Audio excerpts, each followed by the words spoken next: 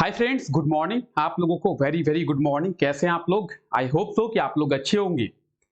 मैं हूं रितेश और आज है 3 मार्च। और 3 मार्च से झारखंड के जितने भी इंपॉर्टेंट करंट अफेयर्स बनेंगे, आज के इस क्लास में हम लोग उन करंट अफेयर्स के बारे में देखने वाले हैं। जैसा कि आप लोग जानते हैं, यह क्लास डेली सुबह 5 बजे होती है और इस क्लास में हम लोग झारखंड के करंट अफेयर्स को बहुत ही डिटेल में देखते हैं। तो आज भी इस क्लास में हम लोग झारखंड के करंट अफेयर्स को बहुत ही डिटेल में देखने वाले हैं। तो चलिए इस क्लास को शुरू करते हैं और देखते हैं 3 मार्च के झारखंड के इंपॉर्टेंट करंट अफेयर्स के बारे में। क्लास शुरू करने से पहले मैं आप लोगों से यह रिक्वेस्ट करूंगा कि जो भी लोग इस चैनल पे नए हैं वो लोग चैनल को सब्सक्राइब जरूर कर दे, ताकि आने वाले जो भी हमारी क्लासेस होंगी उसके नोटिफिकेशन आप लोगों को मिल सके। और अगर आपको ये क्लास अच्छा लग रहा है तो इस क्लास को आप लोग लाइक भी जरूर कर दे। चलिए क्लास को हम लोग शुरू करते हैं। अब देखिए, आज का हमारा पहला करंट अफेयर है कि हाल ही में झारखंड विधानसभा में कितने रुपए का तीसरा अनुपूरक बजट जो है पेश किया गया है। तो आप लोग सबसे पहले क्वेश्चन देखिए, फिर इसके बारे में बात करेंगे। क्वेश्चन क्या है? झारखंड विधानसभा में कितने रुपए का तीसरा अनुपूरक बजट पेश किया गया है। अब चलिए इसके बारे में बात करते हैं। तो हमारी जो 28 फरवरी की क्लास हुई थी, 28 फरवरी की क्लास में मैंने आपको बताया था कि झारखंड विधानसभा में बजट सेशन को शुरू किया गया है। और उस क्लास में मैंने आपको यह बताया था कि 27 फरवरी से झारखंड विधानसभा में बजट सेशन यानी बजट सत्र को शुरू किया गया है। यह बजट सत्र जो है 17 दिनों तक झारखंड विधानसभा में चलेगी। झारखंड विधानसभा कहां पे है? रांची में है। ठीक है, तो बात करेंगे बजट सेशन की। तो मैंने आपको बताई थी कि 27 फरवरी से बजट सेशन को शुरू जो है किया गया है झारखंड विधानसभा में। और उस दिन मैंने आपको यह भी बताया था कि इस बजट सेशन में 1 मार्च को फाइनेंशियल ईयर 2022-23 किसका? तो 2022-23 का, 2022-2023 का तीसरा अनुपूरक बजट पेश किया जाएगा। उस दिन मैंने आपको बताई थी कि 1 मार्च को 2022-23 का तीसरा अनुपूरक बजट जो है वो पेश किया जाएगा। ठीक है, अब 1 मार्च को तीसरा अनुपूरक बजट पेश कर दिया गया है। और उस दिन मैंने आपको यह भी बताया था कि 3 मार्च को फाइनेंशियल ईयर 2023-24 का पहला अनुपूरक बजट पेश किया जाएगा।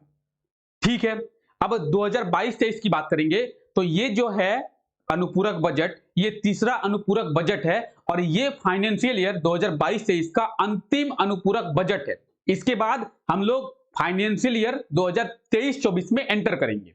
ठीक है, अब झारखंड सरकार के द्वारा तीसरा अनुपूरक बजट जो है पेश किया गया है, तो कितने रुपए का है? 4,546 करोड़ रुपए का।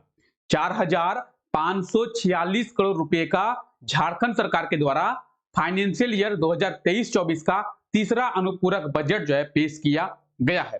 यानी ऑप्शन ए की बात करेंगे, इसका बिल्कुल सही आंसर हो जाएगा ऑप्शन ए, 4,546 करोड़ का। अब बजट सेशन को झारखंड विधानसभा में शुरू किया गया है, तो मैंने आपको बताई थी, क्या बताई थी? कि झारखंड विधानसभा की बात करेंगे, चाहे हम लोग पार्लियामेंट की बात करेंगे यानी संसद की बात करेंगे, या फिर झारखंड असेंबली की बात करेंगे, 3 जो है सेशन होते हैं। अब ये 3 सेशन कौन कौन से होते हैं? तो मैंने आपको बताई थी, कई बार बताई है कि 3 सेशन होते हैं जिसे हम लोग बीएमडब्ल्यू के नाम से जानते हैं। बीएमडब्ल्यू मतलब वो कार कंपनी नहीं। मुझे पता है कि आप लोगों का सपना है कि आप लोग बीएमडब्ल्यू ले, लेकिन पहले सक्सेस हो जाइए, फिर बीएमडब्ल्यू के आप लैम्बोर्गिनी भी ले सकते हैं। फिलहाल हम लोग बीएमडब्ल्यू के बारे में बात करते हैं। तो मैंने आपको क्या बताई है कि बीएमडब्ल्यू यानी बी से बजट सेशन, एम से मॉनसून सेशन और डब्ल्यू से विंटर सेशन। ये 3 सेशन होते हैं जो झारखंड विधानसभा की बात करेंगे या फिर सांसद की बात करेंगे। झारखंड असेंबली झारखंड विधानसभा में झारखंड स्टेट गवर्नमेंट के द्वारा और सांसद में सेंट्रल गवर्नमेंट केंद्र सरकार के द्वारा बजट या फिर इन सेशनों का आयोजित किया जाता है। ठीक है, अब झारखंड विधानसभा में कौन से सेशन की शुरुआत की गई थी? तो बी यानी बजट सेशन की शुरुआत 27 फरवरी से किया गया था। ठीक है, आइए बात करते हैं। तो झारखंड विधानसभा में 4,546 करोड़ का तीसरा अनुपूरक बजट पेश किया गया है। पहला अनुपूरक बजट जो है 3,436 करोड़ का, दूसरा अनुपूरक बजट जो है 8,533 और 4,546 करोड़ का तीसरा अनुपूरक बजट पेश किया गया है। तो तीन सेशन में तीन अनुपूरक बजट पेश किए गए हैं। तो तीनों सेशन के अनुपूरक बजट को मैंने आपको बता दिया। अब आप बोलेंगे सर झारखंड विधानसभा में बजट पेश किया गया है, बजट पेश किया गया है, बजट पेश किया गया है। आप तो ये बोल रहे हैं, लेकिन आपने ये तो कहा ही नहीं कि सर बजट किसके द्वारा पेश किया गया है। तो देखिए बजट जो है ना वित्त मंत्री के द्वारा पेश किया जाता है। अगर सांसद की बात करेंगे तो केंद्रीय वित्त मंत्री निर्मला सीतारमण के द्वारा बजट पेश किया जाता है। अगर झारखंड की बात करेंगे तो झारखंड विधानसभा में झारखंड के वित्त मंत्री रामेश्वर ओरांव के द्वारा बजट को पेश किया जाता है। रामेश्वर ओरांव कौन है सर? रामेश्वर ओरांव तो आप ये देखिए ये कौन है, तो ये आप देख रहे हैं झारखंड के मुख्यमंत्री के साथ ये जो आप व्यक्ति को देख रहे हैं इनका नाम है रामेश्वर ओरांव और ये वर्तमान में हमारे झारखंड के वित्त मंत्री है, फाइनेंस मिनिस्टर हैं और इन्हीं के द्वारा झारखंड असेंबली में बजट जो है पेश किया जाता है।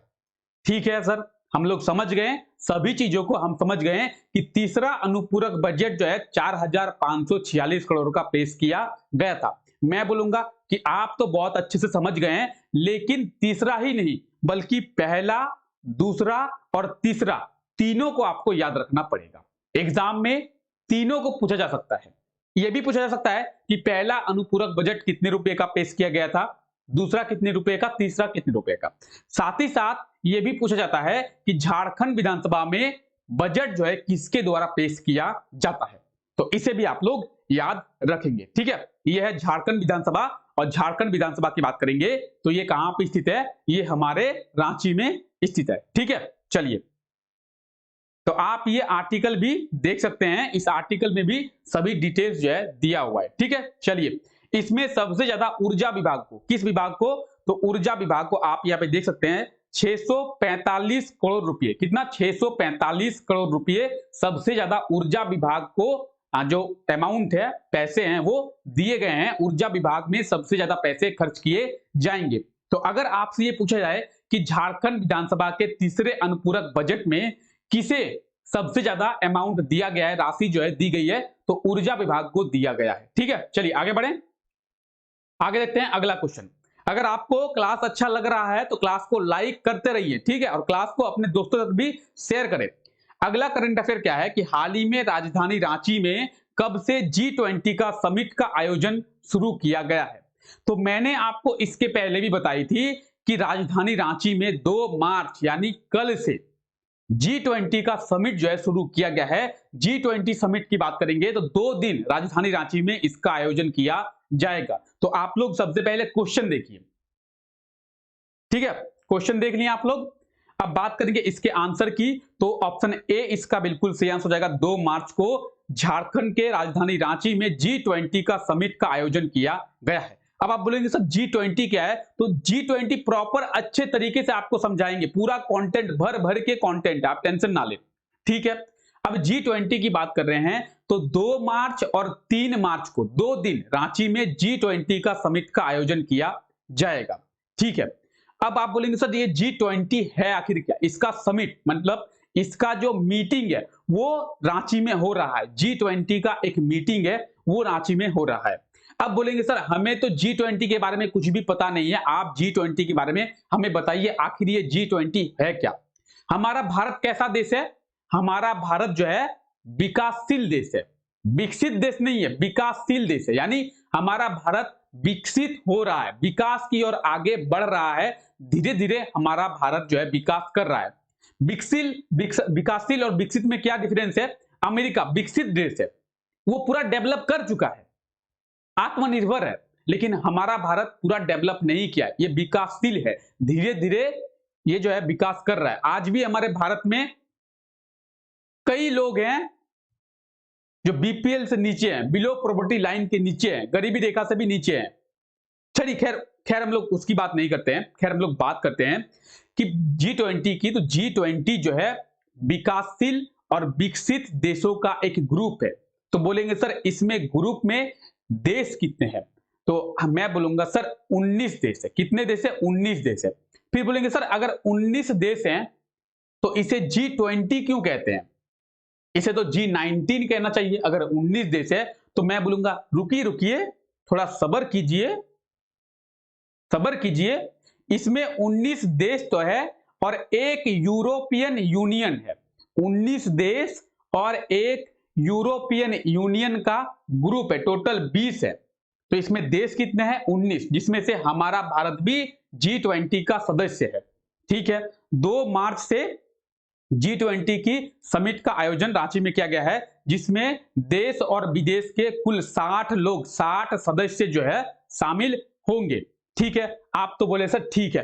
अब आप ये बताइए सर कि ये जो 19 देश है जिनके बारे में आपने बताया कि कुछ विकसित देश हैं, कुछ विकासशील देश है, जिसमें से हमारा भारत जो है विकासशील देश है, धीरे धीरे विकास कर रहा है।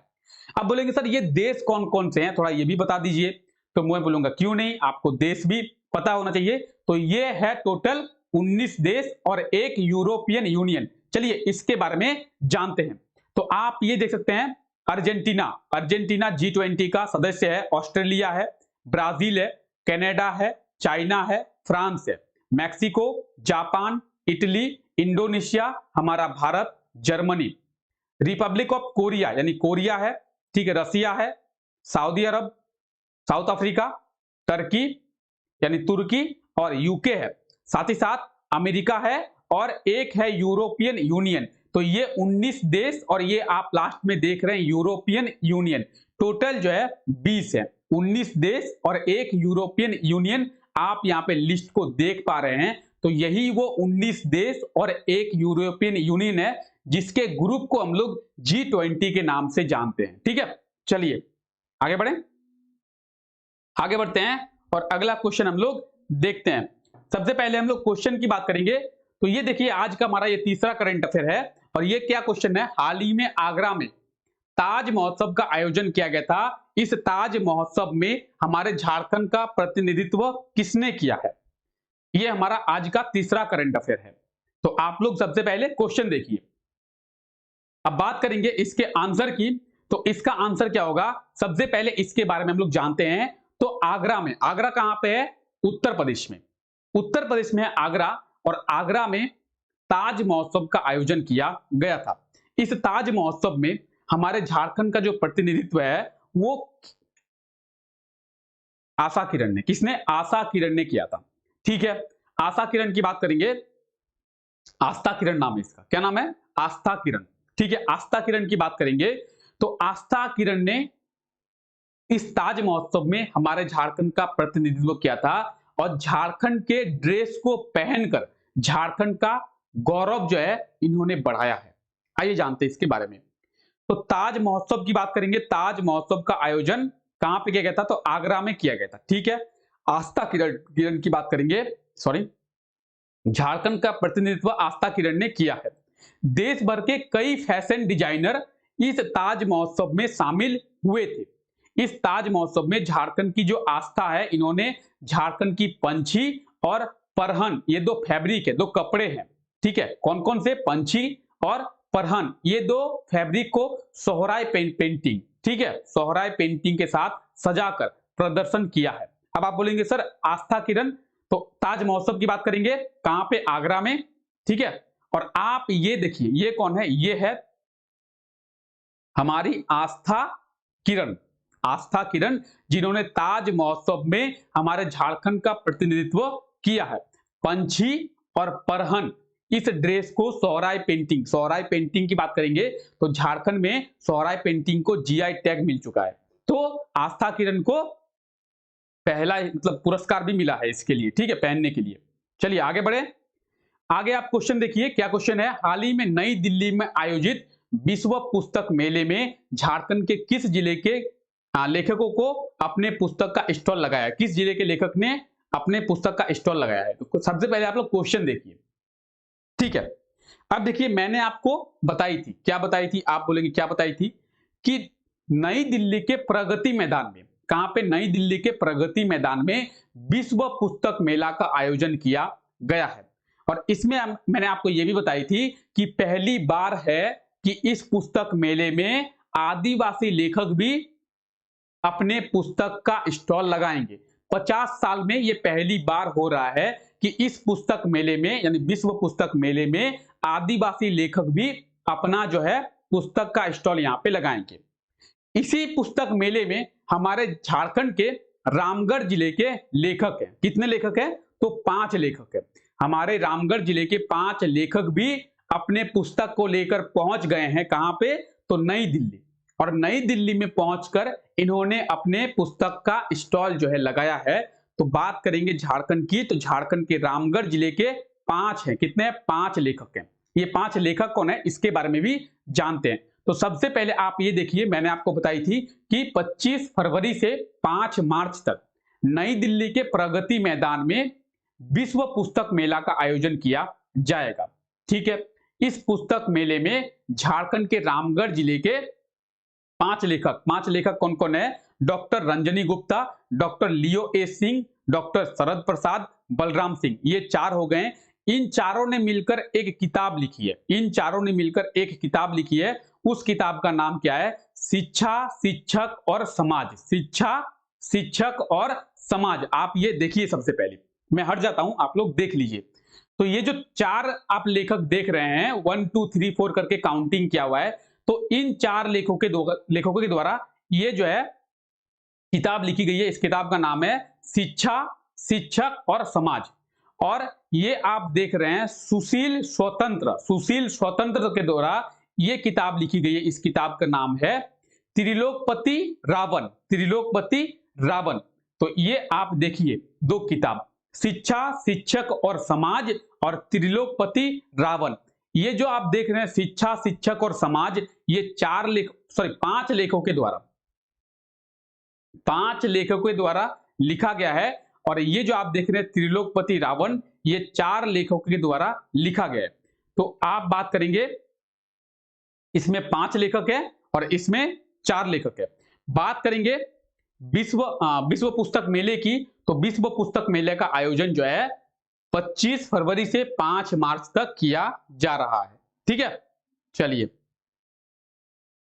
हमारा अगला करंट अफेयर क्या है कि हाल ही में बेंगलुरु के जैन विश्वविद्यालय की बात करेंगे, बेंगलुरु में है। इसमें 36वें inter university national youth festival का आयोजन किया गया था। कहां पे? जैन यूनिवर्सिटी बेंगलुरु। क्या किया गया था? तो 36 inter university national youth festival. और इस फेस्टिवल में रांची विश्वविद्यालय को कितने पदक जो है वो मिले हैं? तो आप लोग सबसे पहले क्वेश्चन देखिए। चलिए अब इसके बारे में बात करते हैं। तो रांची विश्वविद्यालय को टोटल 7 पदक मिले हैं। कितने? 7। ठीक है, 6 होगा इसका। ऑप्शन सी इसका बिल्कुल सही आंसर हो जाएगा। 6 पदक मिले हैं। रांची विश्वविद्यालय को कितने पदक मिले हैं? तो रांची विश्वविद्यालय को इसमें 6 पदक जो है मिले हैं। ठीक है, इसमें से 4 जो है सिल्वर और 2 जो है ब्रॉन्ज है। यानी 4 जो है क्या है? सिल्वर यानी रजत पदक, और 2 जो है ब्रॉन्ज यानी कांस्य पदक शामिल है। बात करेंगे 36 inter university national youth festival की, तो इसका आयोजन बेंगलुरु स्थित जैन यूनिवर्सिटी में किया गया था। ठीक है, अब मैंने आपको कुछ दिन पहले बताई थी कि भुवनेश्वर के केआईटी में, कहां पे? भुवनेश्वर के केआईटी यानी कलिंग इंस्टीट्यूट ऑफ टेक्नोलॉजी में नेशनल यूथ फेस्टिवल का आयोजन किया गया था। इसमें झारखंड के रांची विश्वविद्यालय को ओवरऑल दूसरा स्थान दिया गया था, 2nd पोजीशन दिया गया था। तो उसे भी आप लोग याद रखें और इसे भी आप लोग याद रखें। ठीक है, तो ये आप देख सकते हैं 24 से 28 फरवरी तक इसका आयोजन जो है जैन यूनिवर्सिटी में किया गया था। कहां पे? जैन यूनिवर्सिटी, तो बेंगलोर यानी कर्नाटका में स्थित है। रांची विश्वविद्यालय की बात करेंगे तो रांची विश्वविद्यालय को इसमें 6 पदक मिले हैं, जिसमें से 4 जो है सिल्वर और 2 जो है ब्रॉन्ज है। और रांची विश्वविद्यालय की बात करेंगे तो 1960 में रांची विश्वविद्यालय की स्थापना किया गया था। डॉक्टर अजीत कुमार सिन्हा यहाँ के वीसी हैं। अब देखिए ये जो क्वेश्चन है, ये क्वेश्चन आपसे पिछले क्लास में पूछा गया था, प्रीवियस क्लास में। क्वेश्चन क्या है कि हाल ही में वाराणसी कोलकाता 6 लेन परियोजना के तहत झारखंड में कितने करोड़ की सड़क परियोजनाओं की स्वीकृति मिली है? तो इसके बारे में जब हम क्लास किए थे तो मैंने आपको बताया था, क्या बताया था कि झारखंड में 6000 करोड़ की जो राशि से 200 किलोमीटर सड़क का स्वीकृति मिला है वाराणसी कोलकाता 6 लेन परियोजना के तहत। और इसके तहत झारखंड के 4 जिलों में सड़क का निर्माण किया जाएगा। लगभग 200 किलोमीटर सड़क का निर्माण 6000 करोड़ की लागत से किया जाएगा। यानी ऑप्शन ए जो है इसका बिल्कुल सही आंसर हो जाएगा। और ये जो क्वेश्चन आप देख रहे हैं, ये क्वेश्चन आज के लिए आपका क्वेश्चन है। क्वेश्चन क्या है? हाल ही में कब राष्ट्रीय विज्ञान दिवस, नेशनल साइंस डे मनाया गया है? तो उस क्वेश्चन का जो भी सही आंसर होगा आप लोग कमेंट करके बताएंगे और उसके बारे में आप लोग डिटेल में जरूर लिखेंगे। तो चलिए आज के लिए हम लोग इतना ही रखते हैं, मिलते हैं नेक्स्ट क्लास में। तब तक के लिए thank you, take care, bye bye. अगर आप लोग इस चैनल पे नए हैं तो चैनल को सब्सक्राइब कर दे और बेल आइकन को आप लोग जरूर प्रेस करें। क्लास को अपने दोस्तों तक भी जरूर शेयर करें। तो मिलते हैं नेक्स्ट क्लास में।